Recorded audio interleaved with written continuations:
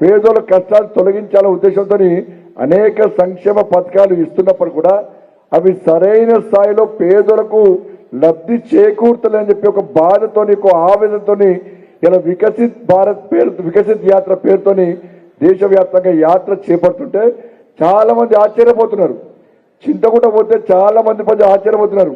అరే మోడీ గారు గిన్ని సంక్షేమం. ఈ ఒకటి వాస్తవ విషయం చెప్పాలి, అధికారుల ముందు చెప్పొద్దో చెప్పరాదో తెలియదు. కానీ మొన్నటి దానిక ఇటువంటి కార్యక్రమాలు పాపం అధికారులకు కూడా నిర్వహించాలనుకున్నారు. పాపం వాళ్ళకు కూడా సేవ చేయాలని ఆలోచన ఉండే, కానీ మాలాంటి వాళ్ళు కార్యక్రమాలు చేస్తే వాళ్ళు రాకపోరు. పాపం వాళ్ళు వచ్చిరనుకో వాళ్ళ ప్రమోషన్ రావు, వాళ్ళ పోస్టింగ్ రావు, ఏం రావు.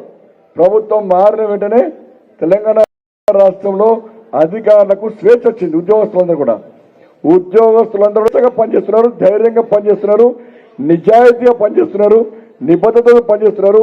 ఉద్యోగస్తులు అధికారులందరూ తెలంగాణ రాష్ట్రంలో నిజాయితీతో నిబద్ధతతో పనిచేసే అధికారులు తెలంగాణ రాష్ట్రంలో ఉన్నారు.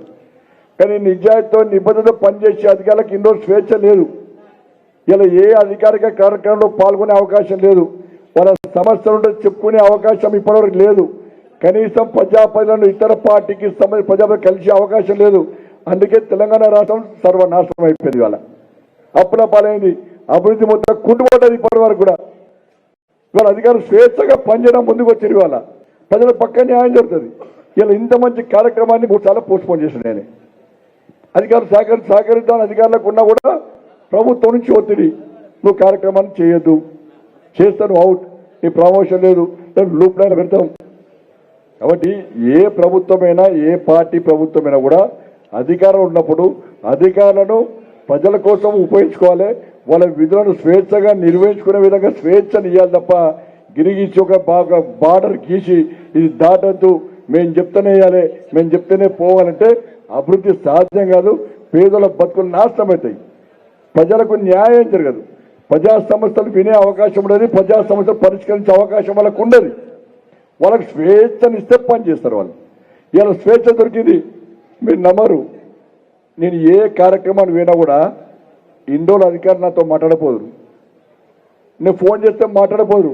ఆ సీఎంఓ ఆఫీస్ నుంచి ఇన్స్ట్రక్షన్స్ బండి సంజయ్ ఫోన్ చేస్తే మాట్లాడదు, బండి సంజయ్ చెప్పే పనులు చేయొద్దని చెప్పని.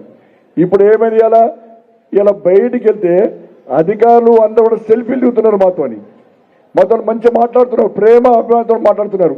మేము కూడా స్వేచ్ఛగా మాట్లాడుతున్నాం, ప్రజలు పడే బాధలు ప్రజా సమస్యలు చెప్పే ప్రయత్నం చేస్తున్నాం. వాళ్ళు ధైర్యంగా వచ్చి ఆ సమస్యలు పరిష్కరించడం ముందుకు వస్తున్నారు వాళ్ళందరూ కూడా. మరి ఇటువంటి స్వేచ్ఛ ఉండాలి తప్ప బాధలో నిర్బంధాల మధ్య మేము జీతాలు ఇస్తున్నాం, మా జేబులోకి వెళ్ళి జీతాలు ఇస్తున్నాం, మేము చెప్పినట్టు చేయాలంటే అది అభివృద్ధి కుంటుపడే ప్రమాదం ఉంది, ప్రజలు ఇబ్బంది పడేటువంటి ప్రమాదం ఉంది. కాబట్టి మా ఛానల్ ని లైక్ చేయండి, షేర్ చేయండి, సబ్స్క్రైబ్ చేయండి. మరిన్ని అప్డేట్స్ కోసం పక్కనే ఉన్న బెల్ బటన్ నొక్కండి.